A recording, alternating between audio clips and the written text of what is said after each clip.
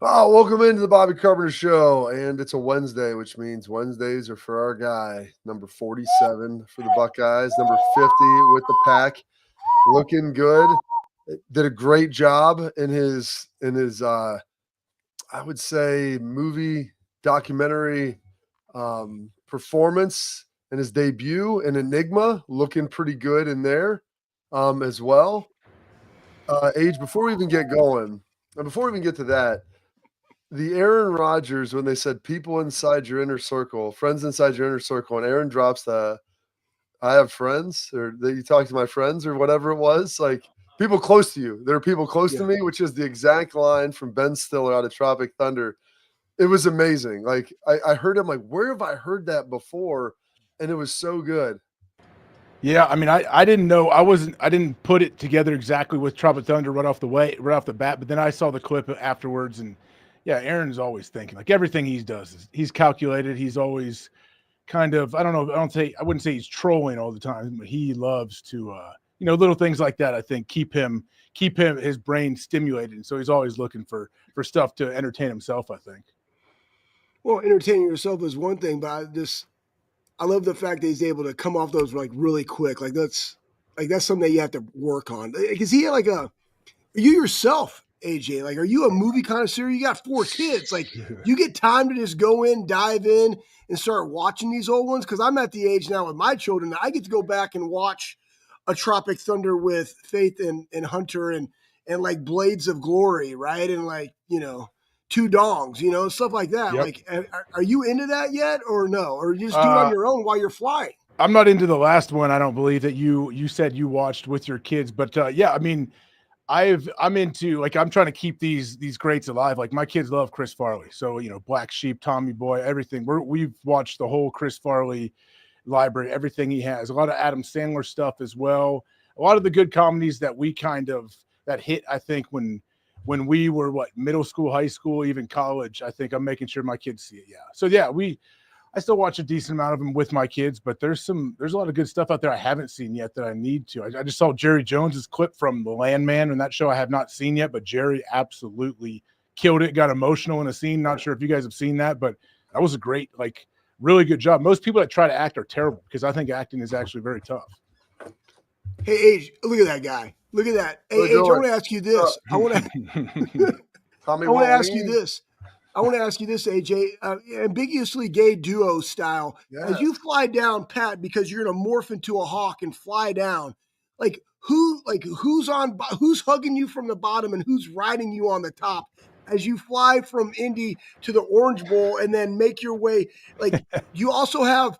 Like, can you morph into where your feathers are more dense as you fly into this Arctic storm that's heading over North Dallas? I mean, two questions in one. Yeah, there are multiple questions in one. I think multiple statements in one. I'm not even sure how or where to answer that. But yeah, as far as the weather goes in Dallas, Schlegs, are you guys going to be okay? If I put everybody on my back and I fly people down there, is Dallas going to be okay? I know last time I was in Dallas when it snowed, the whole place shut down. I know your wedding, it snowed as well when we were there.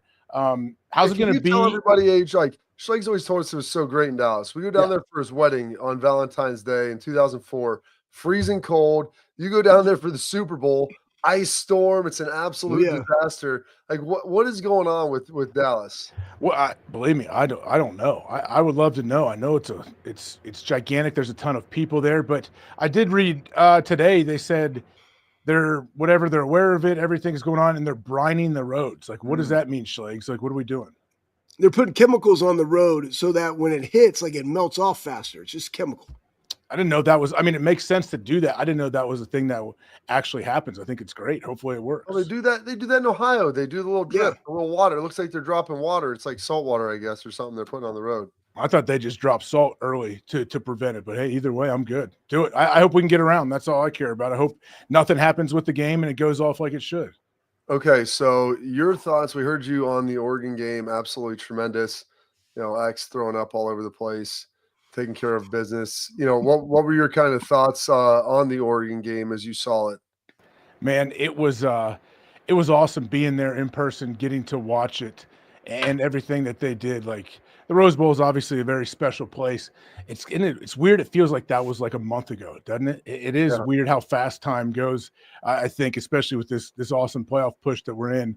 Um, I mean, from the jump, I think, Bob, we talked about it a lot. Ohio State throughout the course of this season, they didn't always get out to fast starts. I hear you talking in the morning, the characteristically slow start, like we've had at times. And that's something that they figured out, man. Like we jumped on them right away. Bam. Will Howard looks awesome. The defense obviously putting tons of pressure on, making like every single yard that Oregon had to get, like they had to earn. And Darius Butler, who I was with, he said like the Ohio State defense was like stapling guys to the turf. Like when they were attacking people outside, we got an outside leverage, we got inside leverage, we got 2 or 3 coming after that. And they were hitting, man. And I'm so impressed with that. Like not only the leverage and the discipline that they play with. I mean, Caleb Downs, I had the end zone view of him making, I don't even know when it was in the game. This open field tackle he made where he was outside leverage.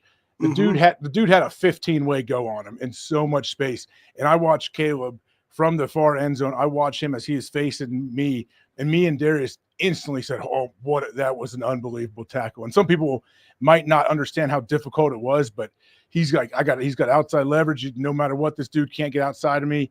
And he was just calm, and his feet were perfect, and everything about it. Bam! He clips old buddy's outside leg and makes it look like a routine tackle. And I think we're seeing that like over and over again every single game.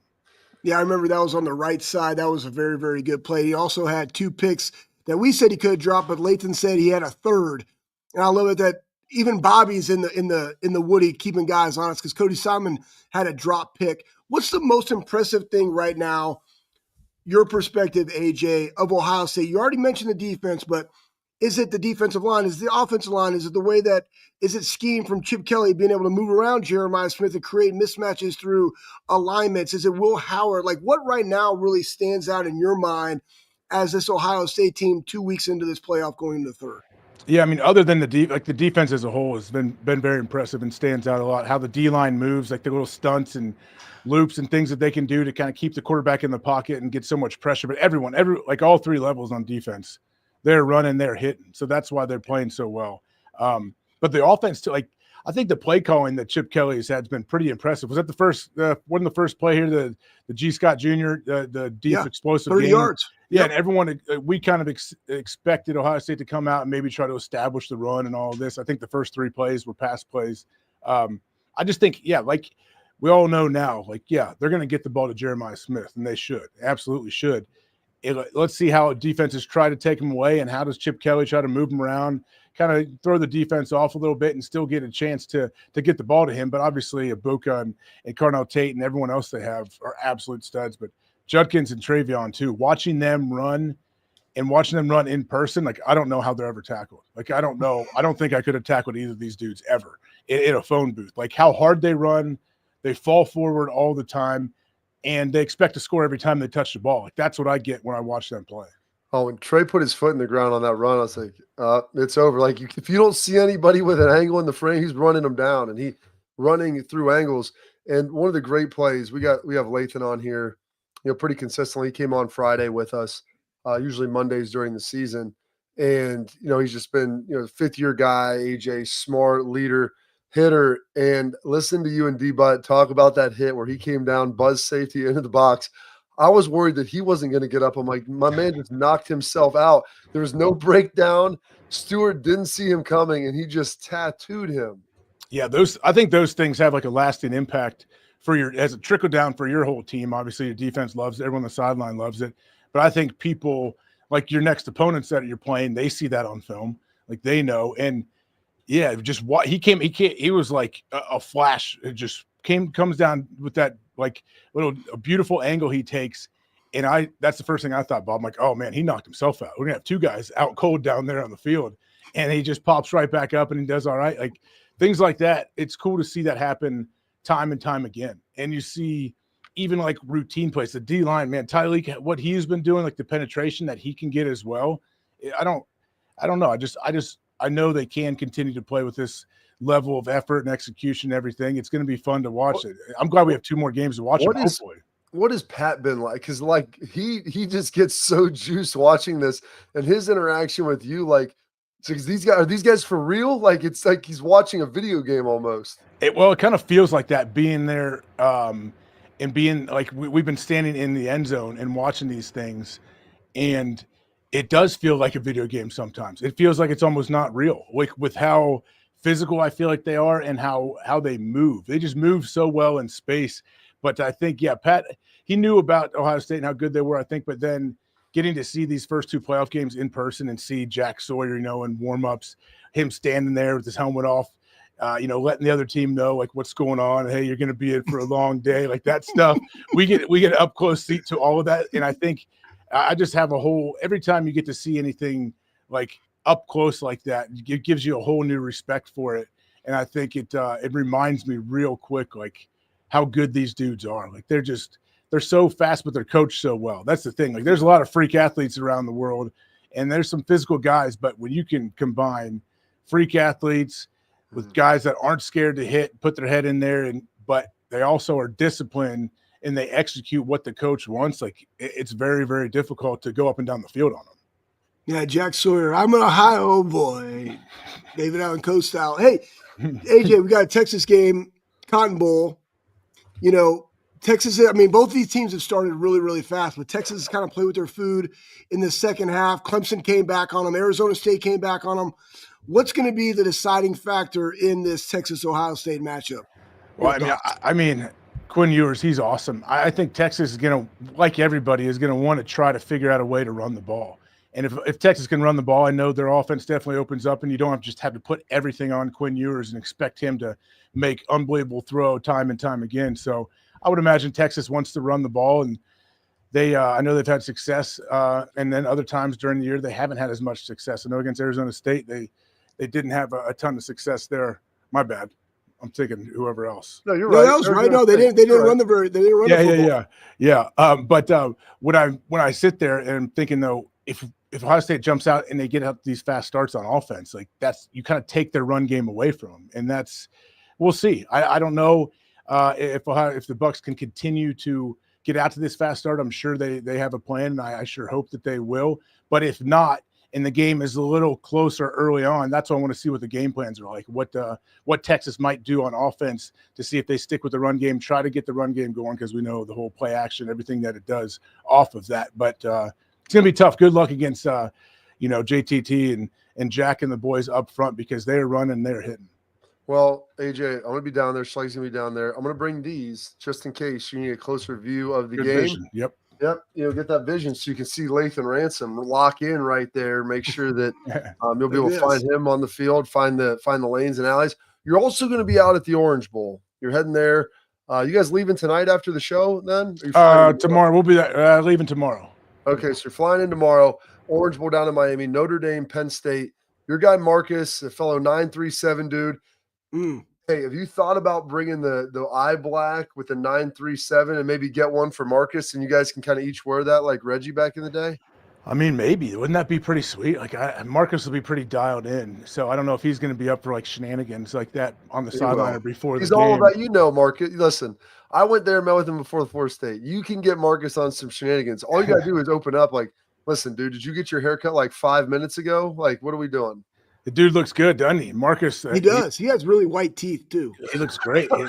He's always got fresh. He's got it. I got to go get my teeth white. Like all you guys got white teeth, man. Well, mine are porcelain now, Schleich, so that's why they are. So, but I think, honestly, that's gonna be sweet. Like Penn State, Notre Dame. Are you serious? Like that's an old school clash of some blue bloods.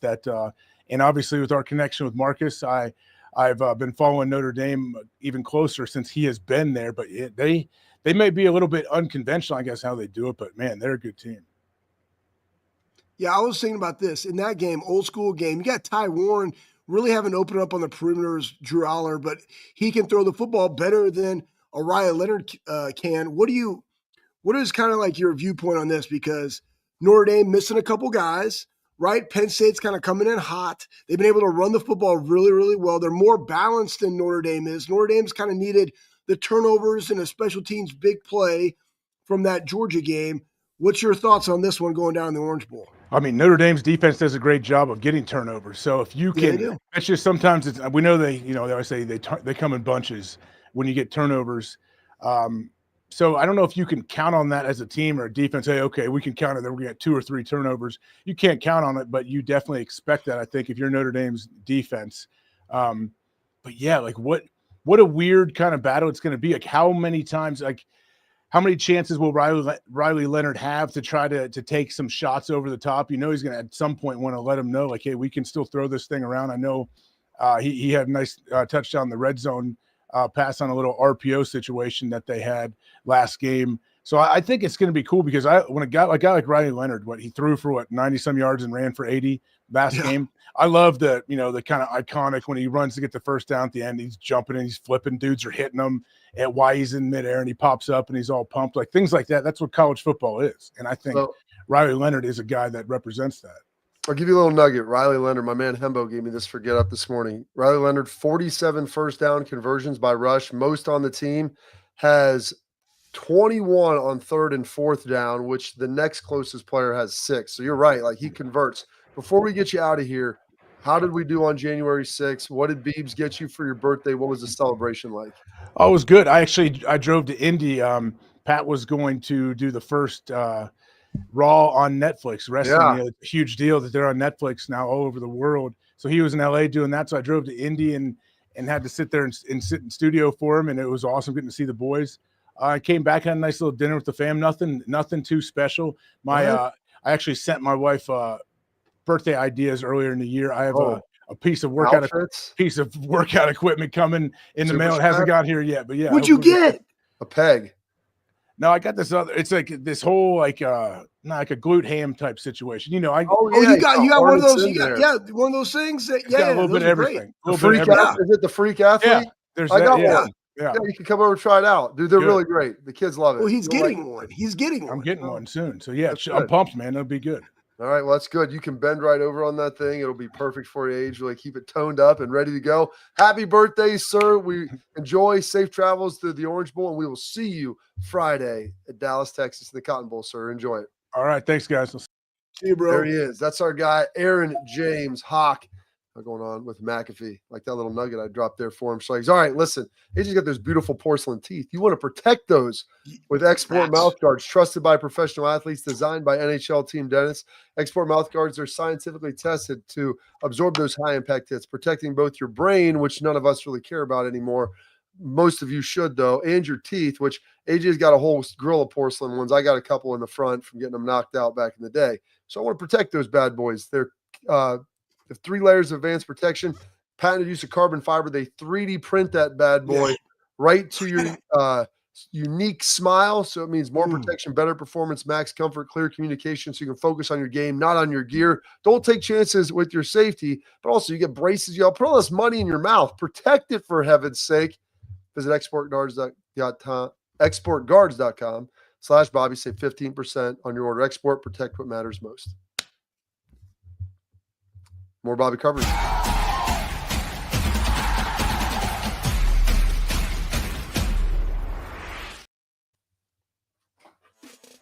Welcome to Big Play, the fastest growing sports media company in America. I'm gonna keep it straight with you. The reason you should watch our show is because I look good, baby. Come get some! Join our millions of fans for live sports talk shows hosted by the top former athletes and sports personalities in the industry. Ohio, it's my home state. Obviously, I'm a diehard Cleveland sports fan. Watch what you want, where you want, when you want. Welcome to Big Play. Make sure you tune in. I love you, Cleveland.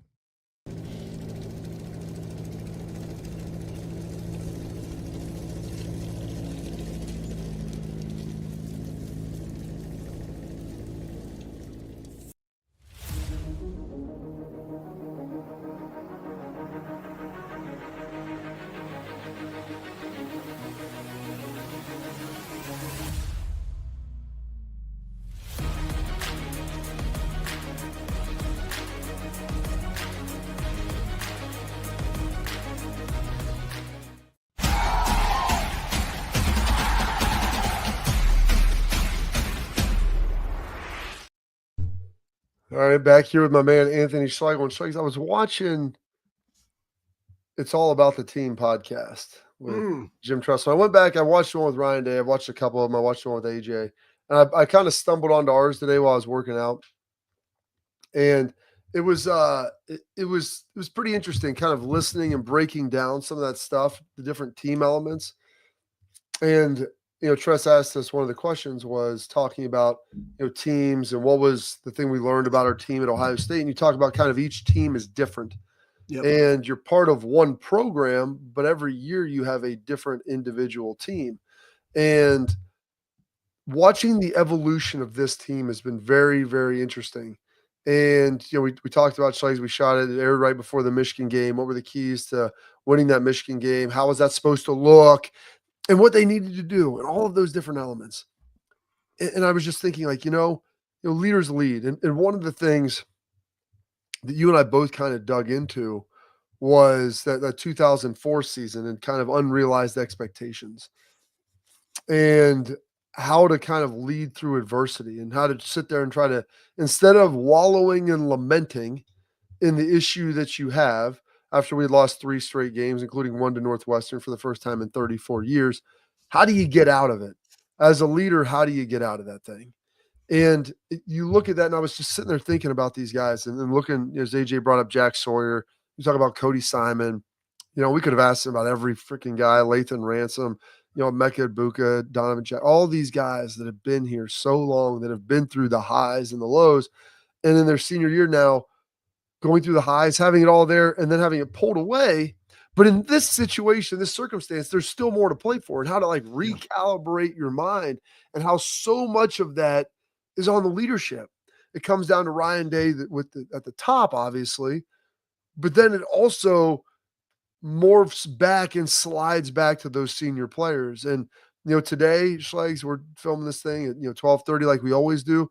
They've got a walkthrough, I think, at 1:15, and those guys are GTFO flying out, I think at like 2:00 or something, like 3:00 or something like that, and then heading down to Dallas. And so, as they board that plane, thinking, we've got one more to get to that final opportunity. And I'm so impressed with how they've done it. And listening to Ryan talk to him, and the guys but you still haven't done anything yet. You've taken steps along the journey, but unless you hoist the trophy, no one's really going to remember you, and you're not going to remember it the way you want. And talking about looking in the Woody and seeing the banners and pointing to them and understanding national champ, national champ, national champ. You go in there, there's Big Ten championships, there's champions, there's all these things. You've got to have that to be able to come back and celebrate it. Yeah. So, Bob, I'm going to have Pat put up that thing, because you're the one that brought this to everybody. You brought it to my attention, because I really haven't even thought about that, because I'm so ingrained. My mindset is always in the day-to-day, right? Live where your feet are. How do we get 1% better? I think the other difference, too, in this is that when you go through trials and tribulations, adversity throughout a season, that doesn't mean you stop doing all the things that you were doing that got you the successes that you had. Lathan, I'm sure we'll talk about it, talks about the culture. Will Howard brought up the fact that we still haven't done anything Why yet. don't we put that? Why don't we grab that, Pat, the culture piece on Lathan, and we can talk about that a little bit more here. Yeah.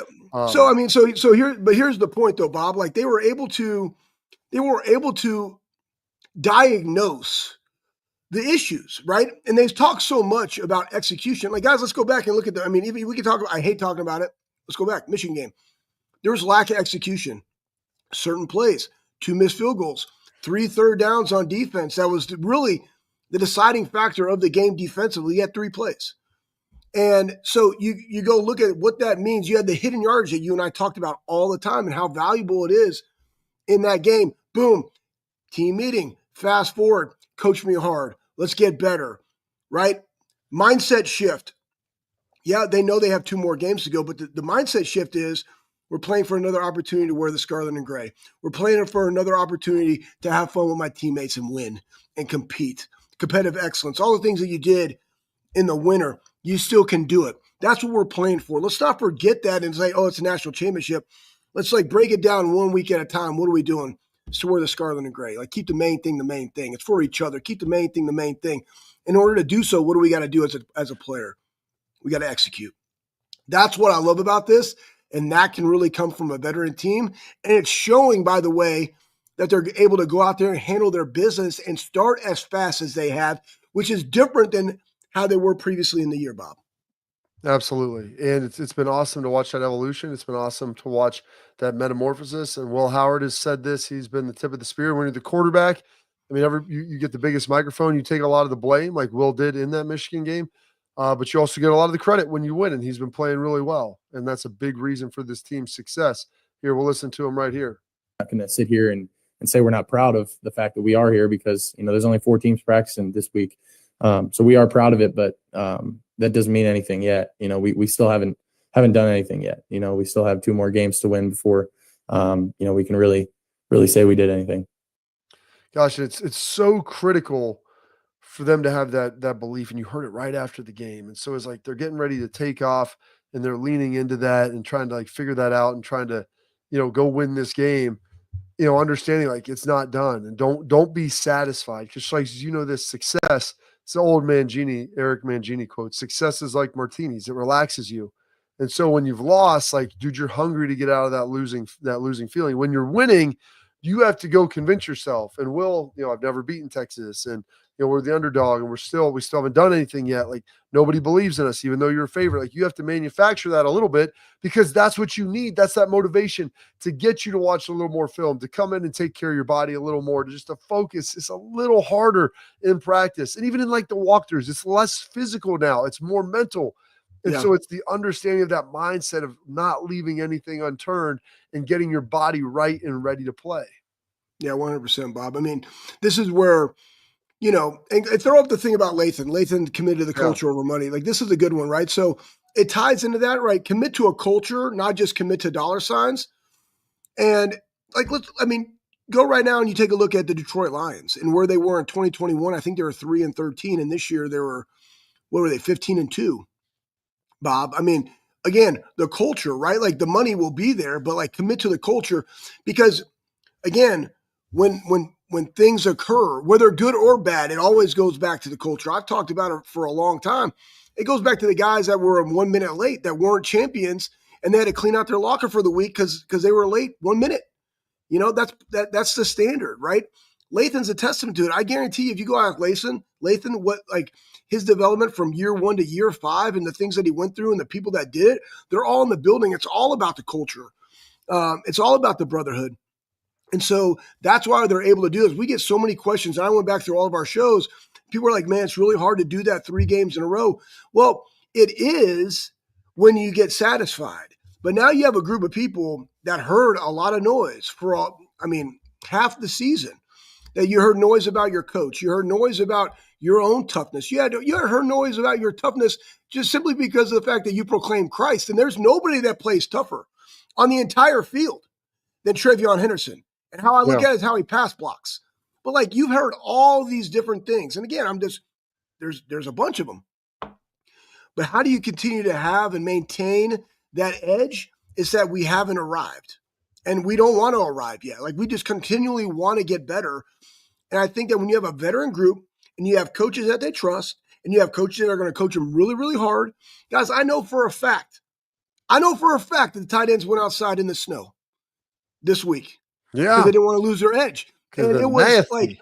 like, guys, listen, man, it's just that part of their mindset is it like, honestly, the best thing you could probably do? No. Right? But they still did it because they just wanted it, not necessarily coach, but as a unit. So anyways, I say all that to I love where these guys' mindsets are. I love this matchup for them. Like, I want to see Texas at their best because I know what Ohio State at its best looks like, and there's nobody in the country that can stop them. Absolutely. Let's pull that Lathan back up because I want to hear the audio.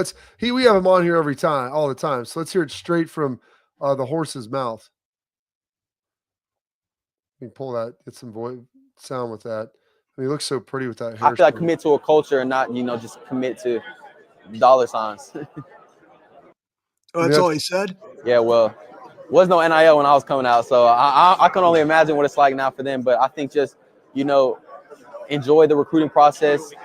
And I think, commit to a team that, you want to. I feel like commit to a culture and not, just commit to dollar signs. And that's honestly like, because I tell people this, man, the money doesn't get you out of bed in the morning. The money doesn't make you play through injuries, doesn't make you do those things. Like it's the love for the guys you have beside you.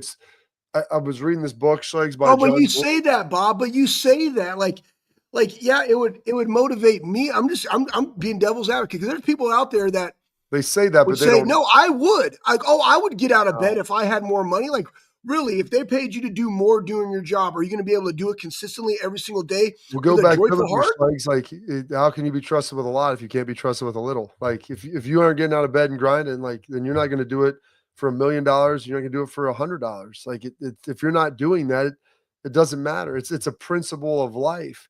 And so these guys that get out of bed, like it's the culture, it's loving the guys you play for, it's loving the guys you play with. And I appreciate you bringing up the devil's advocate, and John Gordon, who wrote this book, I think it's called The One. It's got a little ring on it. It's pretty sweet. And I've been reading through this. I want to make sure I give him credit for this because he's awesome, dude. He lives in Jacksonville. So I need to come down there before you move and go visit him. I've been messaging him when you guys were actually at Yeah, Jacksonville. 5 months. Come on, let's go. He's great. But it says, like, people always talk about discipline, they talk about dedication, all those things. He's like, those are great. Discipline is big, dedication is important, but it's devotion. It's the love of the discipline and the love of the dedication. That's what devotion is.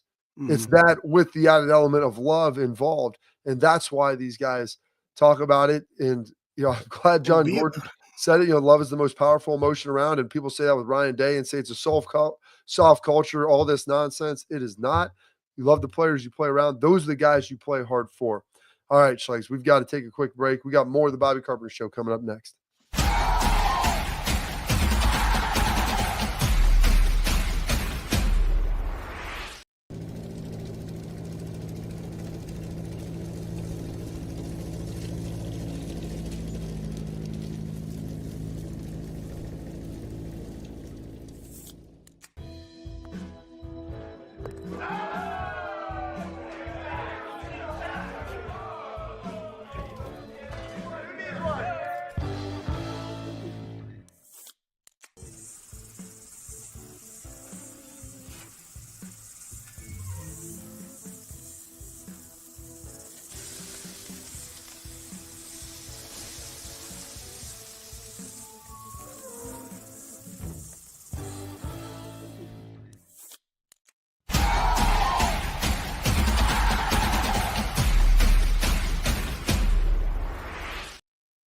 All right, Schlegs, welcome back into the Bobby Carpenter Show. Listen, if you're watching this, you enjoy it, please subscribe. Please leave comments. We love them. We get to them on our tailgate talk, whether it's through X, whether it's in the YouTube chat. We'll get you those as well. The comment section, questions, whatever it is, we'll get them answered. We'll respond for you with all of that. So we love that.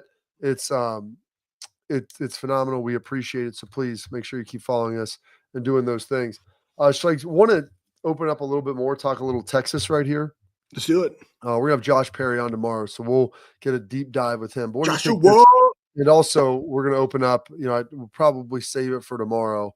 Get into the Will Howard and Manuacho comments. We'll open the show with that. But looking at this Texas team, like you look at and AJ touched on it, like they want to try to run the football.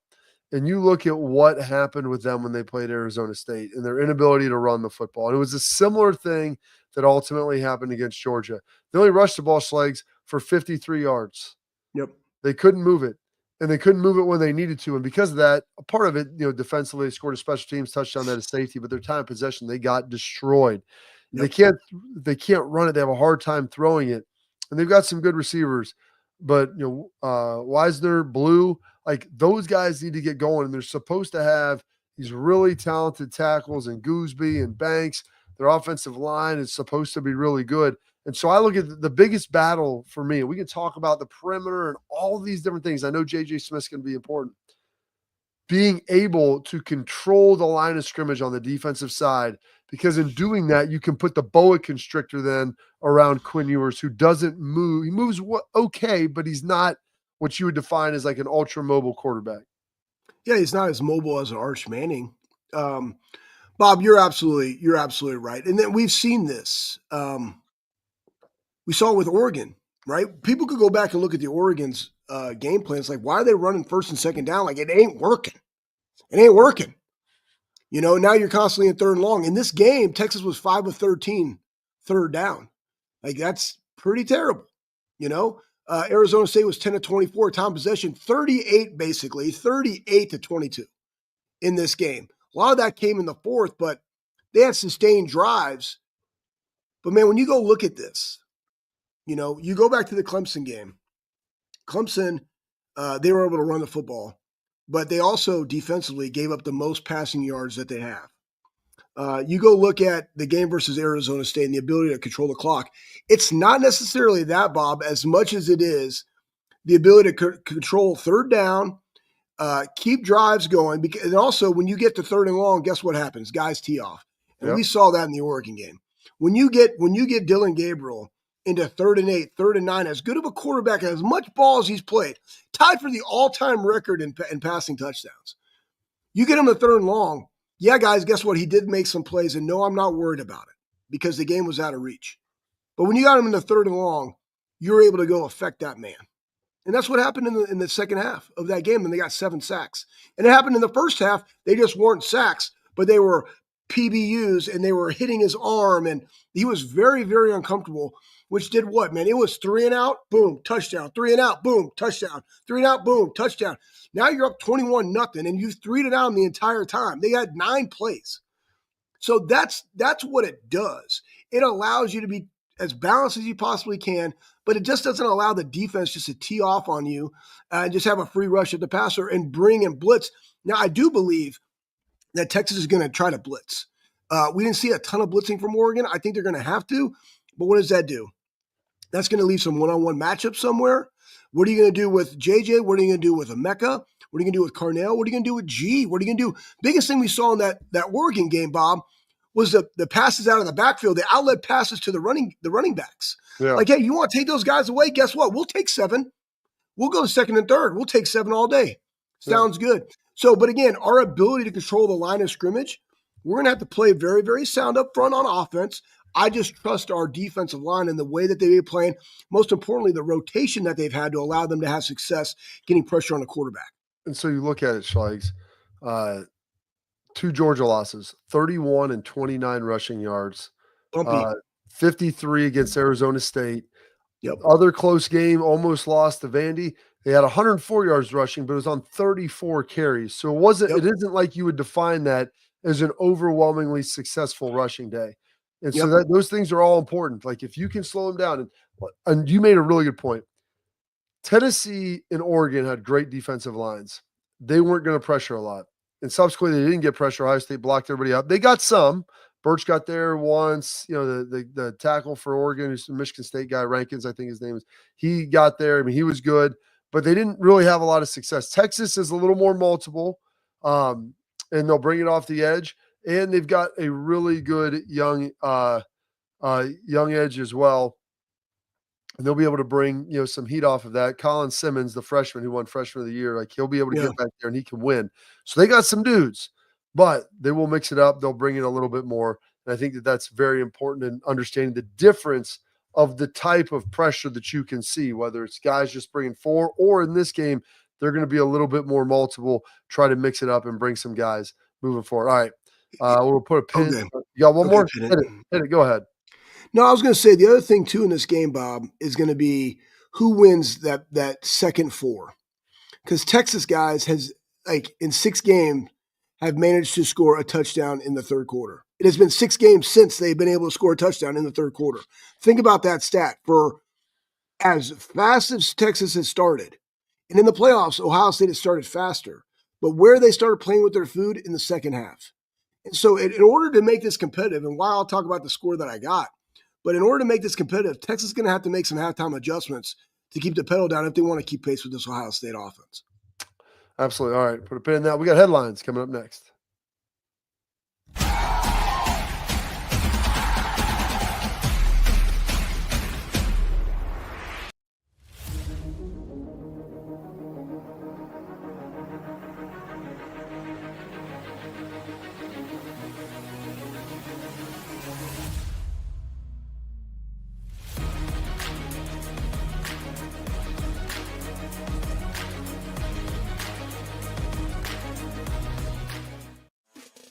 Welcome to Big Play, the fastest growing sports media company in America. I'm gonna keep it straight with you. The reason you should watch our show is because I look good, baby. Come get some! Join our millions of fans for live sports talk shows hosted by the top former athletes and sports personalities in the industry. Ohio, it's my home state. Obviously, I'm a diehard Cleveland sports fan. Watch what you want, where you want, when you want. Welcome to Big Play.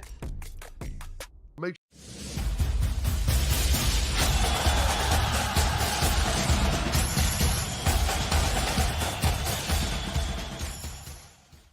All right, now getting to our headlines here. And this is a headline that was put together by our guy Bill Bender on January 2nd after Notre Dame defeated Georgia, moving ahead.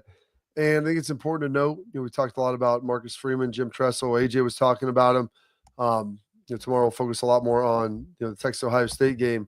But I think it is important to kind of bring up here, if we can toss this up, Pat. Marcus, Bill put it out there. Marcus Freeman is coaching like his old coach. Notre Dame could win a national title with Tressel ball, which is something, Schlegs, that we really haven't seen here in a while. Defense, special teams, and an opportunistic, mistake-free offense. Yeah, I mean, they're built that way. The thing that concerns me, and we talked about with AJ on this, is if defensively, if you're so used to living off of that turnover to be able to have success like they did when they had the strip sack, scored a touchdown. But again, in Marcus's credit and his team's credit, like they're able to make the plays when they got to make the plays. Outside of the one game versus NIU, boom, it's mind explosion, right? Like they're playing fundamentally sound football. I think he has them right where he right where he wants them. The biggest thing will be, what does their running game look like versus Penn State? Penn State obviously can stop the run. So how is that going to open? Like, are they going to be able to get into third and manageable in there with their running attack? Like, how are they going to utilize Riley Leonard?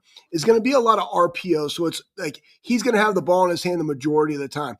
We looked at Love in his situation, like versus Indiana. Yeah, great. You have a 98-yard run, but then after that, he had 10 yards.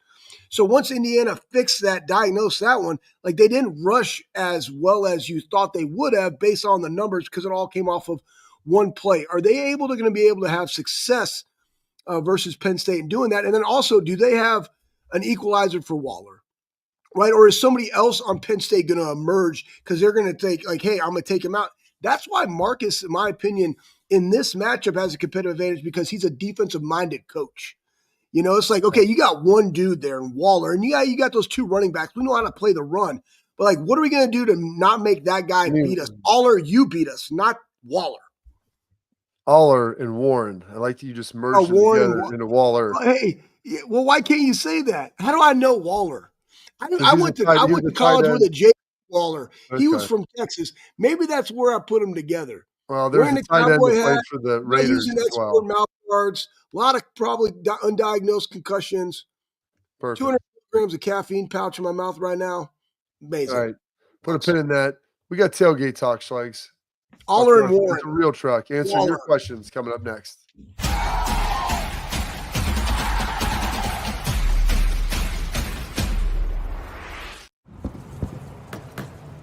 Get the most out of work, life, and all your outdoor adventures with top-selling upgrades for your truck. Guaranteed fit, free shipping, easy install, expert support, and thousands of dealers just a click away. Bring your truck to life. Real Truck. Upgrade today and save between $50 and $400 on select Real Truck products. Visit realtruck.com/specials.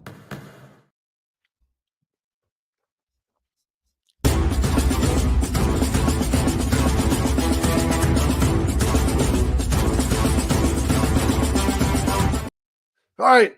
Now we're doing some tailgate talk brought to you by our friends at Real Truck. Go to realtruck.com. Outfit your truck. Jeep, Bronco, whatever it is. Bring it to life. Make it look sweet. Accessorize it the way that it needs to be. Don't leave a stock car out there. Get yourself a bed cover. Get yourself a new Jeep top. Get yourself bumpers, winches, floor liners. They've got seat covers. They've got coolers. They got everything that you need to make your vehicle looking sweet. So head to realtruck.com. And if you spend $100, use promo code Bobby at checkout. Get yourself a free Real Truck hat. Schleg's even brought it with him to Texas because he loves Real Truck so much. RealTruck.com. All right, go to some of our YouTube questions from yesterday, Schleg's. This one comes from your guy, Satan's Shart. I know that you like that. Yeah. Sharded? He sharded?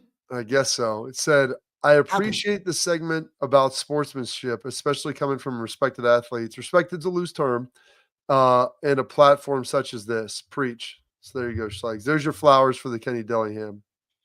Yeah. Yeah. Did he say respected and you threw that in there, or did he actually say No, respect? he said preach. Okay, Respected yeah. athletes. Well, No, I gave know the what? aside. Respected athletes in a platform like this. And I'll tell you this. Here's the other thing too. My dad always said this: respect your opponent, never fear him. You know, and that's kind of the Don't deal, take wooden man. nickels. And don't take wooden nickels. There you go. All right. Here's another one, Schleg's. This comes from Dream Time Relaxation 8761. This guy likes to go on vacays. This is pretty big. This is beefy right here, Schleg's. Yeah. Bobby, listen, man. If you're looking for something to do that hasn't been done before, take Schleg's and go look for Sasquatch in the Hocking Hills. Schleg's already in, and the Sasquatches are known to be in that area. Hell, you can even ask AJ to join you three. And an alpha male Sasquatch is 8 feet tall, 700 pounds. Might be a fair fight. Just a thought. Do you use hog dogs to catch a Sasquatch? Is a question. I'm sure you could. Listen, you guys get me reminiscent about the good old days when I had Hat and Walker and Bill. And, how about Waller? No, Waller. No, hey, Drew Wallen and Ty Waller. I just made up their names. Probably be easy. That's why it's in my mind. But hey, listen, you started reminiscing when you said that because I had Lex and Victor. Those were my catch dogs. They were like Lex used to rip the pig's ear. I had to cut the pig's ear off, and he would just eat it, and he'd throw it up in his kennel the next day, just an alpha. And then you had Patches. Patches with this little jip. Patches a Houlihan? Patches, but she was a female jip. And I remember, like, I brought her in because, like, she would just annihilate. Like, she would just bite at these hogs' balls and, like, set them down. I was like, you got to come home with me. Next thing I know, Steph's like, you got to take her back to the dog kennels because there's Butkus, my original black lab, just, like, absolutely going to town. She just spread eagle like this. Anyways, she's like, the kids can't be looking at that. Anyways, but, yeah, Sasquatch hunting would be amazing. Like, the question would be, do I get to take, like, a 45-70 lever action with me? And like a, double edged, like cold steel, like what is it? Or is it just bare hands? Like we gotta, like I'm 225, you're 235, AJ's probably 235. I'm feeling pretty frothy though. We need what we need though is we need that lawman, the Hartsock. We'll have to swing by his parents' place. The judge, pick up the judge there. And, just in case you get in close proximity combat, that you'll able to pull the judge out and see if you're judged to be worthy. If not, then. You never know. All right, we'll wrap that up. We'll wrap up today's show. We got our parting thoughts with Mr. Anthony Schlegel coming up next.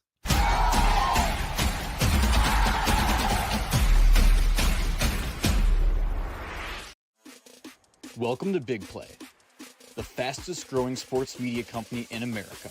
I'm gonna keep it straight with you. The reason you should watch our show is because I look good, baby. Come get some! Join our millions of fans for live sports talk shows hosted by the top former athletes and sports personalities in the industry. Ohio, it's my home state. Obviously, I'm a diehard Cleveland sports fan. Watch what you want, where you want, when you want. Welcome to Big Play.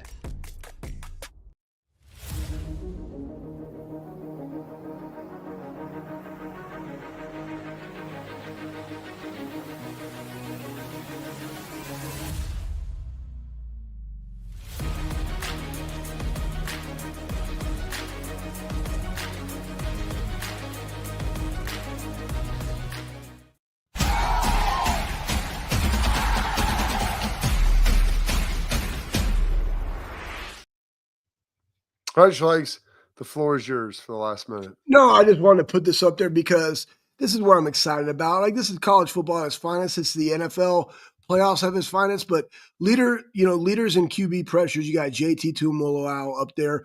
You got 3 Texas guys. You got Jack. Surprisingly enough, you got Edric Houston, freshman, right? Went from defensive end to a 3 technique, doing some things. Obviously not on that stat sheet.